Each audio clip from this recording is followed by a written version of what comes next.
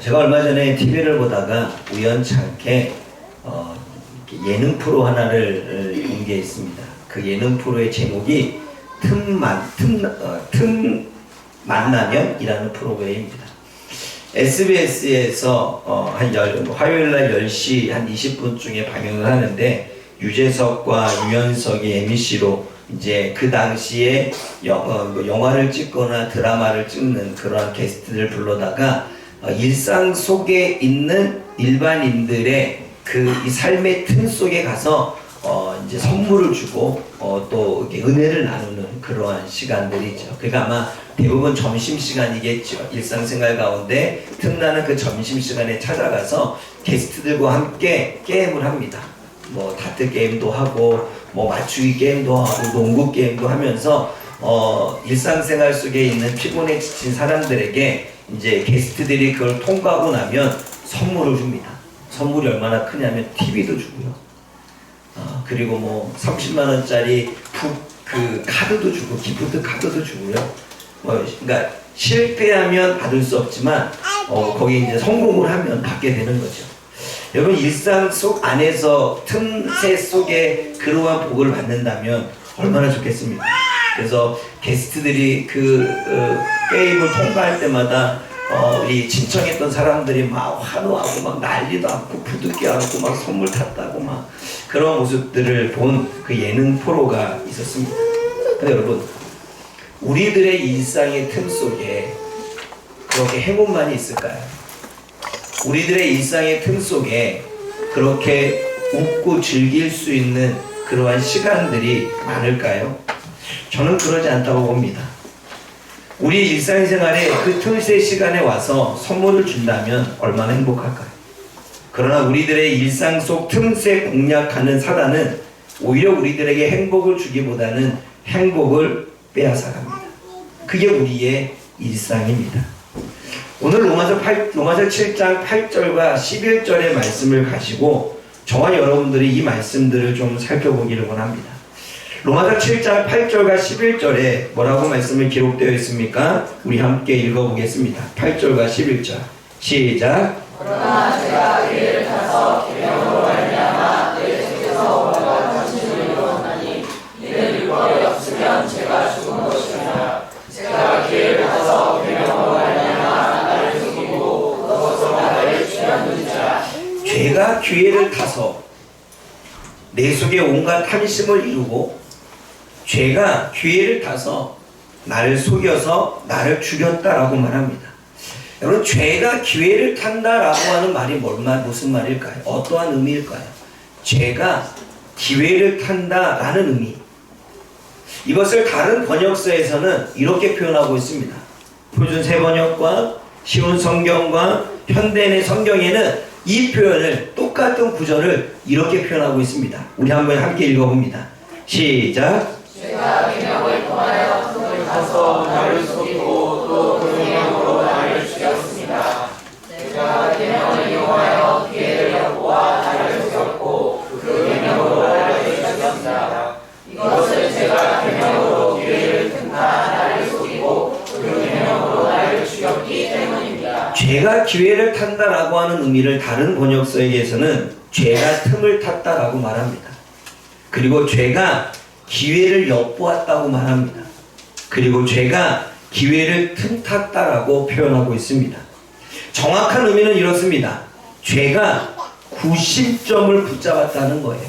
죄가 원인을 붙잡았다는 것입니다. 죄가 자극할 걸 붙잡았다는 것입니다. 죄가 충동할 걸 붙잡았다는 것입니다. 사람들이 넘어지고 사람들이 쓰러지고 사람들이 힘들어지는 이유는 충동질을 당했기 때문이고, 무엇인가 내 삶에 원인이 일어났기 때문에 그것으로 인하여 힘들어지는 일들이 벌어지게 되어지지요. 오늘 본문의 의미는 이렇습니다. 죄가 구심점을 붙잡았는데 어떠한 사건 때문에, 어떠한 일들 때문에, 어떠한 상황 때문에, 어떠한 문제 때문에 그게 구심점이 되어서 나로 하여금 충동하고 자극을 주면서 나를 붙잡아서 끌고 갔다는 이야기가 오늘 본문의 이야기입니다. 그렇다면 7장 8절의 이야기는 이렇습니다. 내 안에 탐심을 구심점으로 붙잡아서 죄가 들어왔다는 거예요. 내 안에 탐심이 있으니까 그 탐심을 원인으로, 탐심을 충동해서 죄가 들어와서 더 탐심을 갖게 만들었다는 이야기지요. 11절의 이야기는 이렇습니다. 내 안에 거실에 대한 구실점이 있으니까 그 거짓에 대한 구실점을 딱 원인, 그 자극을 붙잡고 이 충동질에서 더 많이 거짓으로 끌고 갔다는 이야기입니다. 이 이야기를 성경의 다른 표현에서는 뭐라고 말씀합니까? 에베소 4장 27절에는 이렇게 표현하고 있습니다. 우리 함께 읽어봅니다. 시작. 마귀에게 틈을 주지 말라. 마귀에게 틈을 주지 말라고 말합니다. 왜냐하면 그 틈으로 마귀가 들어올 수 있기 때문입니다. 또 베드로전서 5장 8절에 이야기합니다. 읽어봅니다. 시작. 의심하라 깨어라 너희 대적 마귀가 우는 사자같이 돌아다니며 마귀가 우는 사자처럼 돌아다니는 이유는 먹잇감을 찾는 건데 먹잇감을 그냥 찾는 게 아니라 쉬고 있는 먹잇감 또는 딴짓하고 있는 먹잇감, 틈을 보이고 있는 먹잇감을 찾고 있다는 것입니다. 그리고 아가서 2장 15절 말씀 읽어봅니다. 시작. 우리를 위하여 여우고 포도원을 얻는 작은 여우를 잡아라. 여러분, 포도원에 여우가 어떻게 들어갔을까요? 철조망과 울타리가 뭔가 구멍이 나 있으니 그 안에 들어가서 포도원에 들어가 포도원의 밭을 완전히 망쳤습니다. 여러분, 우리들의 삶에 틈이 생기면 그 틈에 사단이 들어오고 그 사단이 들어와서 우리로 하여금 행복을 빼앗아가지요. 틈만 나면이라고 하는 예능 프로처럼 우리들의 일상 속에 행운이 들어오고 행복이 들어오고 선물이 들어온다면 얼마나 행복하고 얼마나 기쁘겠습니다. 그러나 우리들의 일상은 그렇지 못합니다. 우리들의 일상 속에 벌어진 틈에, 내가 신앙생활하고 있는 그 벌어진 틈에, 내가 나의 삶에 이 뭔가 일어난 문제 가운데 조금 고민하고 있는 그 틈에 사단이 들어와서 우리의 생각과 우리의 감정 안에 무엇인가를 심어놓고 그 틈 속에 마치 포도원을 허는 작은 여우처럼 휘짓고 다녀서 우리의 생각을 복잡하게 만들고 우리의 감정을 복잡하게 만들어서 우리의 행복을 빼앗아가는 일들이 벌어진다는 거죠. 그러므로 여러분, 기회를 탄다는 건 틈을 봤다는 것입니다. 틈을 보고 있다는 건 그 기회를 포착해서 그 틈 사이로 들어가 우리를 휘짓고 힘들게 만들겠다는 이야기죠. 여러분, 인생을 살면서 틈을 보인 사람이 있었습니다. 다윗이었습니다. 다윗은 사무엘하 11장에 왕들이 출전하는 전쟁에 다윗은 출전하지 않습니다. 왕들이 출전하면 왕들과 왕들의 싸움이기 때문에 왕이 출전해야 되는 게 맞습니다. 근데 다윗은 출전하지 않습니다. 그 시간에 다윗은 어디에 있냐면 다윗은 늘 들판에서 수많은 별들을 바라보며 하나님을 찬양했던 것처럼 왕궁 옥상 위에 올라가서 그는 수많은 별들을 바라보며 그렇게 하나님을 찬양하려고 했습니다. 그런데 그의 눈에 들어온 건 수많은 별들이 아니라 지붕 위에서 목욕하고 있는 한 여인의 모습이 보입니다. 그 여인은 이름은 바스바지요. 다윗의 눈에 한 여인이 목욕하는 장면이 들어와 그의 마음에 틈이 벌어집니다. 그 벌어진 틈으로 욕망이 생기고 그 욕망은 곧 밧세바를 취하는 간음죄를 저지르게 됩니다.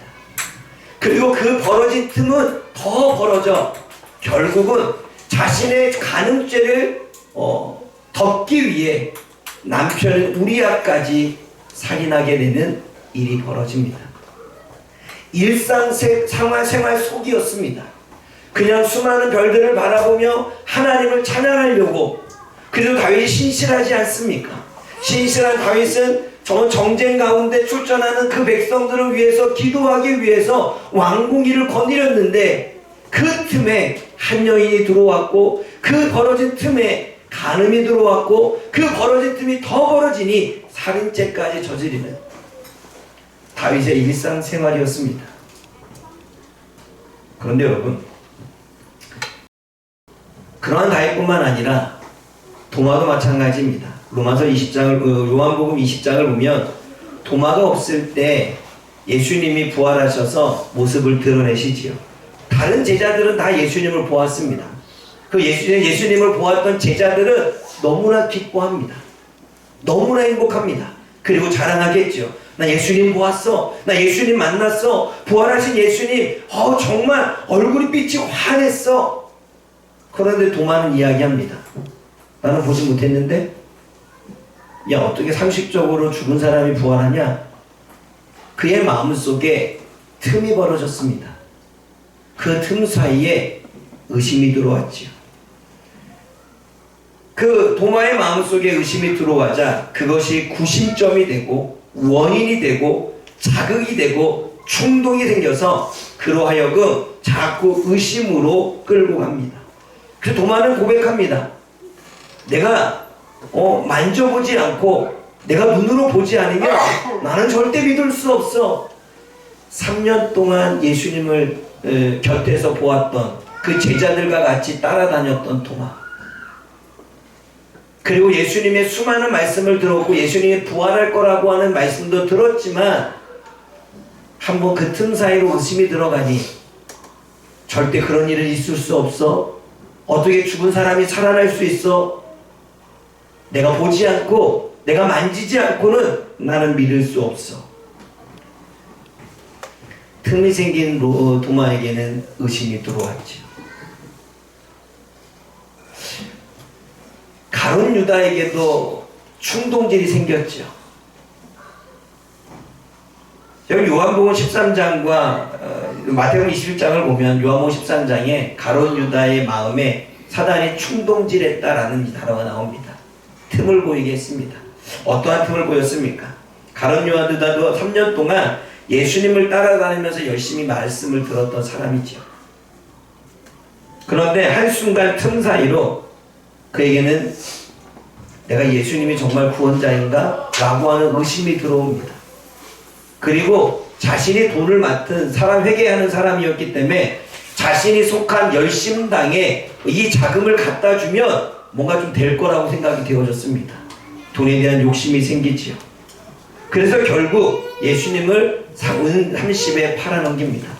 그 30을 가지고 아마 열심당의 독립투사 자금으로 사용하려고 했을 것입니다.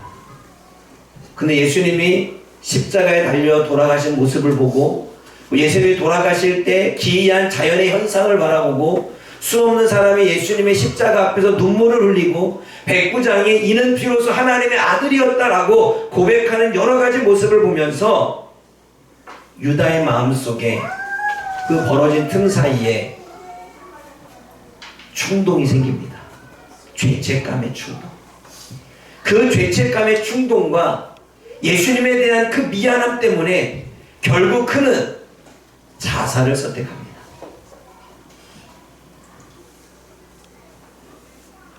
그 벌어진 틈 사이로 그 틈 사이를 메우지 못해서 결국은 가룟 유다는 선택이 그 죄책감이 들어오고 예수님에 대한 미안함 때문에 3년 동안 예수님과 함께 다니면서 웃고 즐겼던 그러한 모습들이 떠오르며 결국 내가 할 수 있는 건 자살이구나.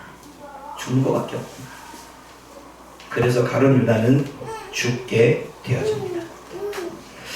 또 한 사람의 틈을 보인 사람이 있죠. 이 사람은 엘리야입니다. 엘리야는 850대 1로 이방 제사장들과 싸워서 승리한 승리의 선지자입니다. 아주 담대했죠. 850명이 덤볐을 때 하늘에게 불을 떨어뜨리며 수많은 사람들의 그 소리를 다 잠재우고 하나님의 역사를 일으켰던 엘리야. 그래서 엘리야가 이야기합니다. 승리에 딱 도취되어서 너희가 하나님을 따르려면 하나님을 따르고 바알을 따르려면 바알을 따르고 지금 여기서 결정해라 라고 외쳤던 담대했던 엘리야가 그 당시에 아합의 아내였던 이세벨, 그 이세벨 왕후의 말 한마디에 틈이 생깁니다. 850명과 싸워서도 담대했던 그런 엘리야가 정권을 쥐고 있던 이세벨 왕후의 말 한마디, 내가 엘리야를 잡아 죽이리라. 그 말 한마디 때문에 그 벌어진 틈 사이로 두려움이 들어왔고, 그 두려움은 결국은 엘리야로 하여금 광야로 도망가게 만들었고, 광야로 도망갔던 엘리야는 숨어 지내면서 하나님 앞에 밤새 통곡하고 울며 나를 죽여달라고.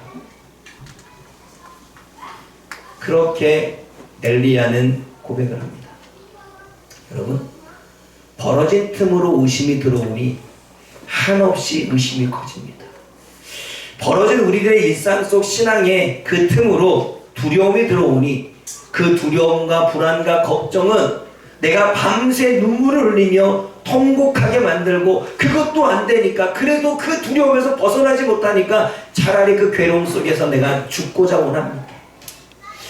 죄책감이 밀려오니까 예수님이 자신을 향하여 따뜻한 얼굴, 표정 하나 보이셨던 그 모습이 떠오르니까 자신이 예수님을 죽였다고 생각한 그 죄책감에 결국은 그는 자살을 선택하게 되어지죠.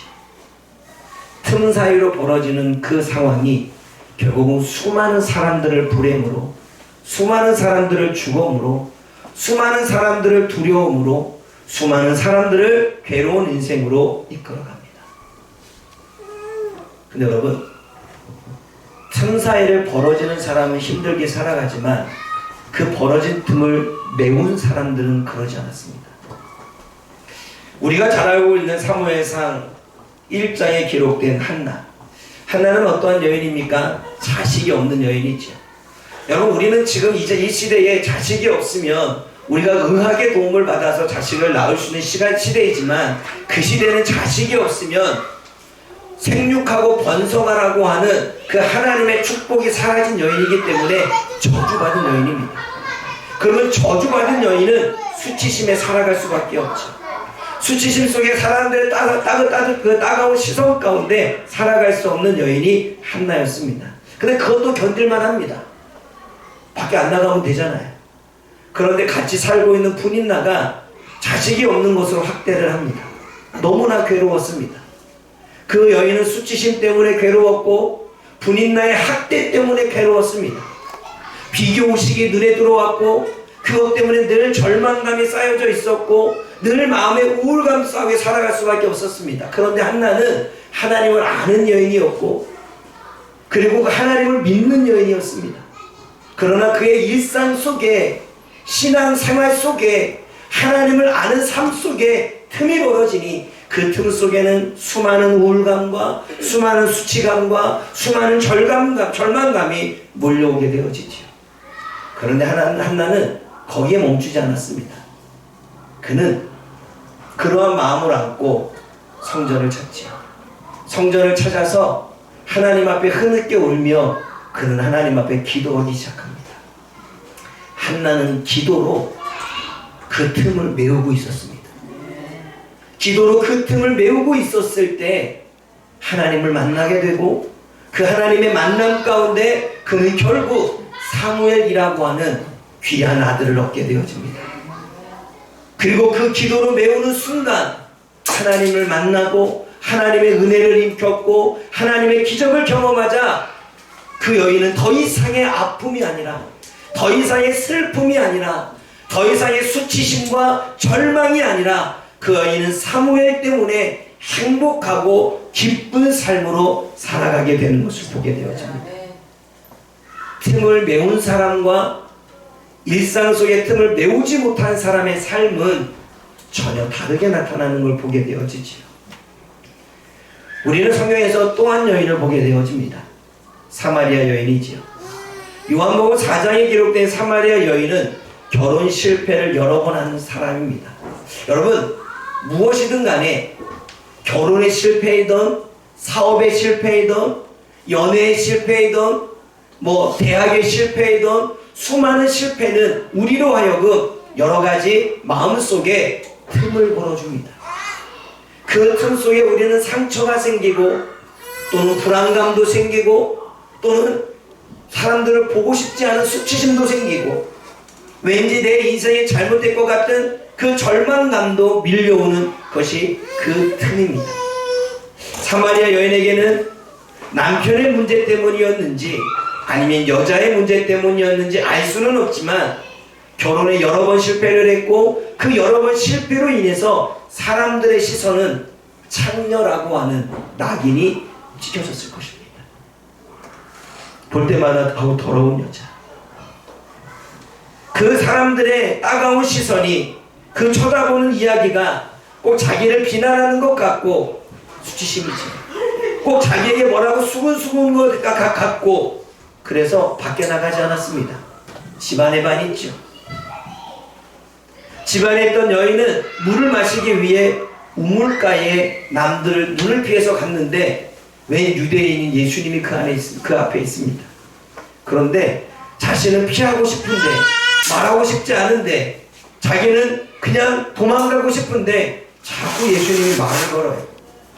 말을 거니까 여인은 짜증이 났는지 예수님께 이렇게 차가운 말과 시선으로 말합니다. 유대인이 당신이 사마리아인과 상종도 안 하는데 왜 말을 거십니까? 라고 쏘아붙입니다. 따가운 시선과 차가운 말로. 그런데 예수님은 아랑곳하지 않고 여인과 계속 대화를 시작하시고 그 대화 가운데 교훈을 주시고 가르침을 주십니다. 근데 그 가르침과 그 교훈이 여인의 벌어졌던 그 틈을 메우고 있었습니다. 예수님은 말씀으로 그 여인의 상처받은 마음을 메워주고 있었고 예수님은 가르침으로 그 여인이 잘못되어 가고 있는 그 생각들을 바로잡아가는 그 부분을 메워주고 있었습니다. 그 메워짐이 되어지자 여인은 그 순간 생각이 달라지고 마음이 달라져서 그 여인은 사람을 피했던 여인이 사람을 부르기 시작합니다. 와보라, 내가 예수님을 만났다. 사람을 피해서 숨었던 여인이 사람을 초청하고 있습니다. 사람만 보면 피했던 그 여인이 사람을 향하여 소리치고 있습니다. 절망 가운데 쌓였던 여인의 얼굴에는 절망이 아니라 기쁨으로 넘쳤습니다. 벌어졌던 틈이 하나님의 말씀으로 예수님의 말씀으로 메워지니 예수님이 주시는 생수로 메워지니 전혀 다른 삶을 살게 되어졌지요. 다니엘 기도회에 저는 처음으로 제가 김윤진 전도사를 상당히 좋아했습니다. 한성교회 다닐 때부터 찬양 인도를 할 때 그 찬양의 목소리가 너무 울림이 있어서 제가 좀 좋아해서 잘 들었는데 이번에 간증을 들으면서 몰랐던 사실을 알았습니다. 그게 뭐냐면 초등학교 때부터 중학교 때까지 왕따를 당한 거예요. 6, 7년. 근데 6년과 7년이라는 세월을 왕따를 당하면서 그 나름대로 하나님을 믿고 있었으니까 교회를 다니고 있었으니까 나름대로 자기를 다지고 다졌는데 여러분 그 다짐이 얼마나 됐겠습니까?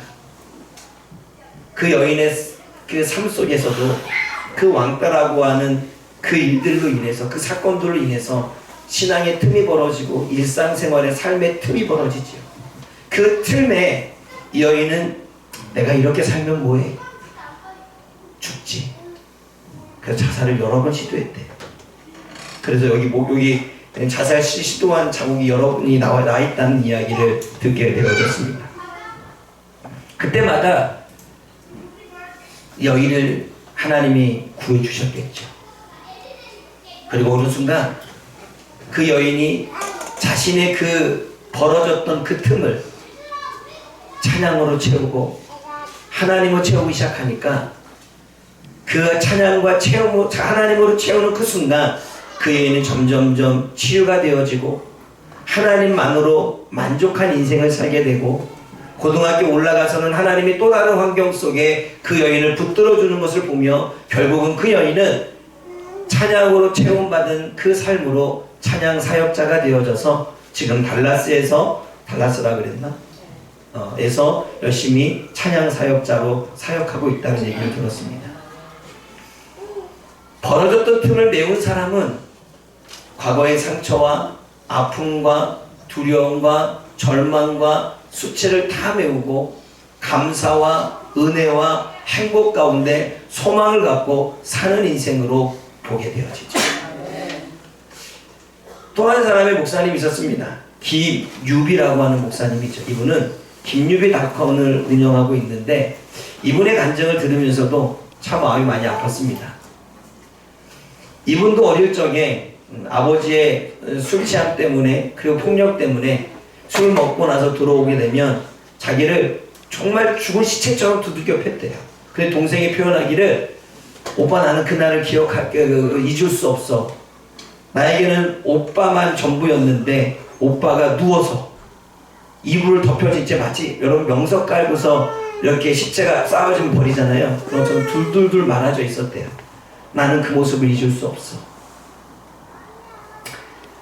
이 목사님도 여러 가지 고난의 세월을 가운데 결국은 하나님을 만나게 되고, 근데 하나님을 만났지만 만나면서도 그 안에 치유받지 못함의 이 분노가 그 안에 자꾸 틈을 주었던 거지.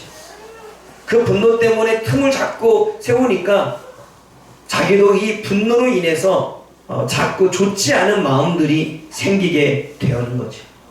그때마다 이 목사님은 그 벌어지는 틈, 내가 목사임에서도 자꾸 내 안에 벌어지고 있는 이 틈 때문에 너무 힘들어서 하나님의 말씀 또 기도 앞으로 가 그 틈을 메워가는, 그래서 결국은 그 틈을 말씀으로 메워가며 지금과 같이 인생을 견뎌온 이야기에 대한 이야기를 하고 있습니다. 그래서 그분이 이런 얘기를 해요. 말씀 시작 전에 내가 오늘 이 시간에 이 자리에 선 것은 상처받은 그 한 사람 때문에 섰습니다. 나와 같이 상처받은 그 한 사람 때문에, 그 사람이 그 말씀을 통해 치유를 받고 회복을 받을 수 있다면 나는 그 한 사람 때문에 난 여기서 말씀을 전합니다 라고 시작을 하고, 지금도 그 한 사람 때문에 사역을 지속하고 있지. 틈을 메운 사람과 메우지 않는 사람의 인생은 다릅니다. 여러분, 얼마 전에 이제 저의 경험을 한번 이야기하고 마치겠습니다. 요즘에 제가 좀 여러 가지 일들도 있고, 그리고 계속 제자훈련의 교재를 만들기 때문에 좀 분주한 삶을 삽니다. 제가 조금 더 집중하면 되기 때문에. 그런데 예기치 않게 저희 아버지가 병원에 입원하게 됐죠. 병원에 입원했는데 담석이라고 합니다. 이 배가 너무 아파가지고 일어날 수 없을 정도라 제자훈련하는 시간 전에 전화가 와서 이렇게 그 친구분이 전화가 와서 이렇게 내가 전화를 걸게 됐고, 결국은 병원에 응급실로 가서 입원을 했다. 근데 이제 뭐 동의서를 필요하고 내가 제자훈련 끝나고 가겠다. 그래서 이제 갔습니다. 갔더니 이제 담석, 이 돌이 이걸 꽉 막아서 배가 너무 아픈 거예요. 그것을 시술로 빼는데 담낭에 있는 돌은 한 15개가 돼서 제거하지 않으면 안 된다. 그래가지고 결국 수술을 결정을 하고, 이 시술은 하고 수술을 결정하고 이제 입원하는 가운데 있습니다. 근데 입원을 하기 때문에 분주한 시간 가운데 제가 왔다 갔다 해야 되죠. 근데 이제 시술을 하고 이제 그 다음에 수술을 하면 되는데 이 수술이 자꾸 늦어지는 거예요. 오늘 수술한다 해놓고 갔는데 수술 안 하고, 내일 뭐 초음파 찍고서 뭐 심장에 뭐 이게 있으니까 그걸 또 검사를 해야 된다고 해가지고 뭐 다 내일 할 수 있다고 그래 갔는데 또 안 하고, 저는 계속해서 병원에 가야만 하는 입장이었죠. 그래서 제가 얘기를 했습니다. 수술 날짜는 언제가 정해집니까? 라고 정했는데 잘 모르겠다는 거예요.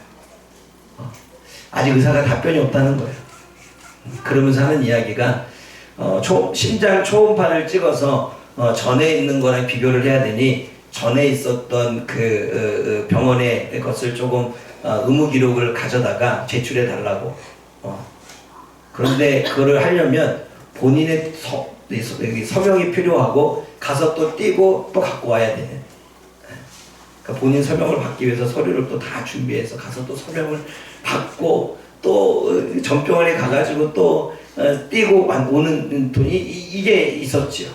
한참 분주하게 움직이고 있었습니다. 그런데 그 순간 2시 반에 하음이가 전화가 왔어요. 그날 내가 하음이랑 약속을 했죠. 축구화를 사주기로. 앞에 축구화가 다 떨어졌거든요.